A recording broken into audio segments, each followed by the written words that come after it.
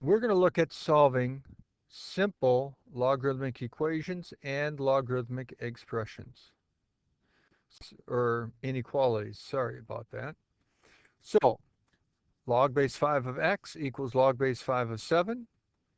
Most of you will think, oh, log base 5 is the same on each side, so therefore the x has to be equal to 7, which is true. In general, if you have one log in the left, one log in the right, they both have the same base, what's after your logs has to be equal, and that's what we're saying here. Similarly, when we're dealing with inequalities, log base 5 of x is greater than log base 5 of 7. One log on each side, same base, so the x has to be greater than 7. Oops, wrong one. Sorry about that. And in general, we have it listed below. One log in the left, one log in the right, so therefore, what's after your logs has to follow with that inequality. So we're going to go ahead and look at solving logarithmic equations and expressions. So we're going to rewrite this one from the logarithmic form into the exponential form. That's taking your base of 8, swinging it over, and hits the 4/3 up as an exponent. So we get n equals 8 to the 4/3. Now, we can work this out without a calculator. Remember, the exponent denominator tells you the root to take, so we need to take the cube root of 8, which you should know is 2.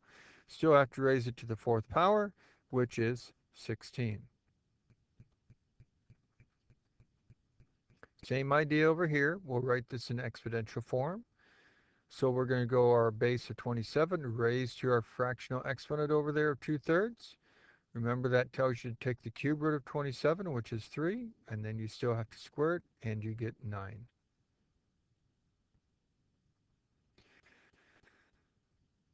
Here on this one, if you have log base b of x greater than y, that is also the same in meaning of x equal or greater than b to the y. In other words, the big part of the inequalities by the x, when you rewrite it, the big part of the inequality needs to be by the x.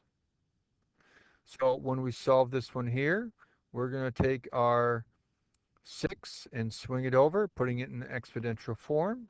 So when we do that, we're going to have x greater than our base of 6 raised to that exponent of 3. Notice the big part of the inequality was by the x, so the big part of the inequality is by the x. So then we just get x being greater than 216. This one here, we'll also put it in exponential form by taking our base of 3, swinging it over, and hitting the 2 up.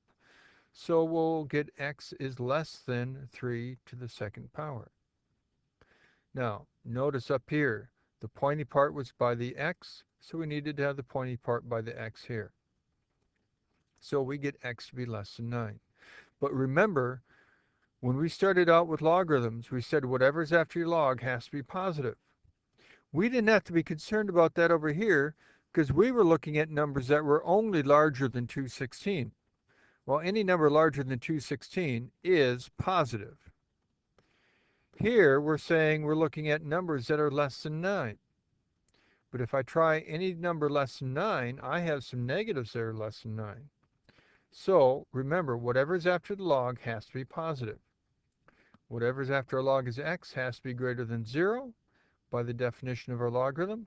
So we have x has to be less than 9, and from this right here, we get x to be greater than 0. So in other words, we're looking at all the numbers greater than 0 and less than 9, so we can write that as one compound inequality.